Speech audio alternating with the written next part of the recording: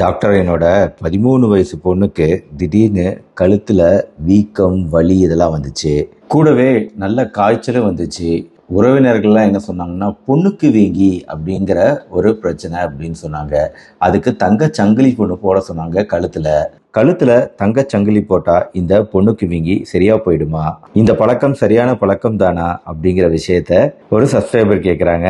ஆங்கிலத்துல மம்ஸ் அப்படின்னு அழைக்கப்படக்கூடியது தான் தமிழ்ல பொண்ணுக்கு வீங்கி அப்படின்னு சொல்லுவோம். இது ஒரு வகையான அம்மை நோய். குறிப்பா ஒரு வகையான வைரஸ்னால இந்த அம்மை நோய் வருது.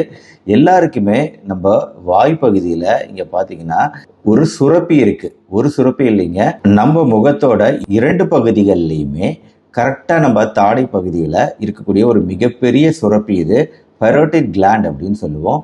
அது இல்லாம சப்மாண்டிபுலர் கிளாண்ட், இந்த மாதிரி வேறு சில சுரப்பிகளும் இருக்கு. இதெல்லாம் என்ன பண்ணுது அப்படின்னா உமிழ் நீரை சுரக்குது. இந்த சுரப்பிகள்ல இருந்து சுரக்கக்கூடிய உமிழ் நீர் தான் நம்ம வாய்க்குள்ள எச்சிலா வருது. அதுதான் நம்ம உணவு ஜீரணமாகறதுக்கு உதவி செய்யக்கூடிய ஒரு லூபிரிகேட்டிங் ஆயிலா செயல்படுது. நம்ம நாக்கு, வாய் போன்ற பகுதிகள் வறண்டு போகாம பாதுகாக்குது இந்த சுரப்பி. இந்த சுரப்பிய இந்த வைரஸ், மம்ஸ் வைரஸ் தாக்குது. இந்த சுரப்பிய தாக்குறதுனால இந்த சுரப்பி வீங்கிக்குது. இந்த வைரஸ் உள்ள போய் இதை ஃபுல்லா வீக்கமடைய செய்யுது. இதனால உருவாகக்கூடிய வீக்கம் தான் மம்ஸ். கழுத்து பகுதிக்கு வரைக்கும் கீழே வரைக்கும் இறங்கும். இந்த வீக்கம் வலி இருக்கும், காய்ச்சல் இருக்கும். இந்த மம்ஸ் வைரஸ் எல்லா வயதினரையும் இப்ப தாக்கக்கூடியதா இருக்குங்க. அதாவது தடுப்பூசி இருக்கு, அதன் மூலமா நல்லா கண்ட்ரோல் பண்ணியிருந்தோம். ஆனா இப்ப மறுபடியும் இந்த வைரஸ் நிறைய பேருக்கு வருதுங்க. குறிப்பா இது எப்படி பரவுது அப்படின்னா, ஒருத்தர் இருந்த இன்னொருத்தருக்கு இந்த வைரஸ் மற்ற வைரஸ் மாதிரி தாங்க. இருமல், தும்மல், சளி, தொடுதல் போன்ற விஷயங்கள்னால ஒருத்தருக்கு இருந்த இன்னொருத்தருக்கு நீர்த்தி வலை ஏரோசோல் மூலமா பரவுது. பெரும்பாலும் இந்த வீக்கம் அப்படிங்கிறது தானாகவே சரியா போயிருங்க. பெரிய பிரச்சனைகளை ஏற்படுத்துறது அப்படிங்கிறது ரொம்ப அரிது. 100ல ஒருத்தருக்கு தான் சில பிரச்சனைகள் ஏற்படுத்தலாம். ஆனா இது ரொம்ப ரொம்ப அரிதான விஷயம்ங்க.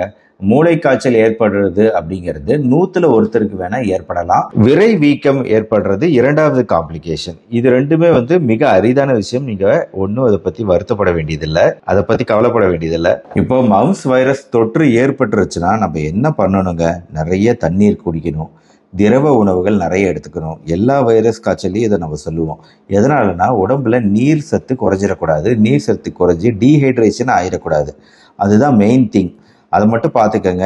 சாப்பாட்டை குறைச்சிடாதீங்க எக்காரணத்தை கொண்டும். மருத்துவர் சில சத்து மாத்திரைகள் தருவாங்க, மறுக்காம எடுத்துக்கங்க. ஆனா இது டைரக்டா வைரஸ்க்கு எதிராக போராடாது, ஒரு சத்து மாத்திரை, அவ்வளவுதான். ஆரோக்கியமான உணவுகள், எளிதில் ஜீரணமாகக்கூடிய உணவுகள் எடுத்துக்கங்க. பழங்கள் எடுத்துக்கங்க நிறைய. ஆட்டோமேட்டிக்கா இதுல இருந்து ரெக்கவர் ஆகி வந்துருவீங்க. இதுக்குன்னு தனியா ஆன்டிபயோட்டிக் மருந்துகள் கிடையாது இந்த வைரஸ்க்கு எதிராக. என்னன்னா MMR அப்படின்னு சொல்லிட்டு இதுக்கு எதிரான தடுப்பூசி இப்ப ரொட்டீனா எல்லாருக்குமே கொடுக்கப்பட்டு வருது.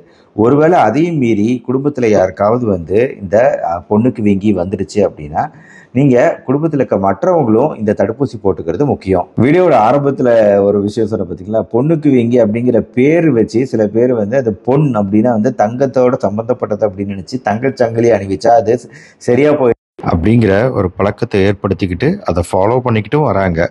அதுக்கு இதுக்கும் சம்பந்தமே கிடையாது. இது ஆட்டோமேட்டிக்கா வைரஸ் தானே, தானா சரியா போகக்கூடிய ஒரு நோய்ங்கிறதுனால இந்த வைரஸ் இதை தங்கச்சங்கிலி போட்டதுனால நீங்க தங்கச்சங்கிலி போடுவீங்க அடுத்த நாள், அதுக்குள்ள வைரஸே அதோட தன்மை, வீரியம் கொஞ்சம் கொஞ்சமா குறைஞ்சிட்டு வந்திருக்கோம். ஆனா நம்ம என்ன நினைப்போம், தங்கச்சங்கிலி போட்டதுனால அந்த கட்டியோட சைஸ்லாம், அளவுகள்லாம் குறைஞ்சிக்கிட்டு வருது, காய்ச்சல் போயிடுச்சு அப்படின்னு நினைப்போம்.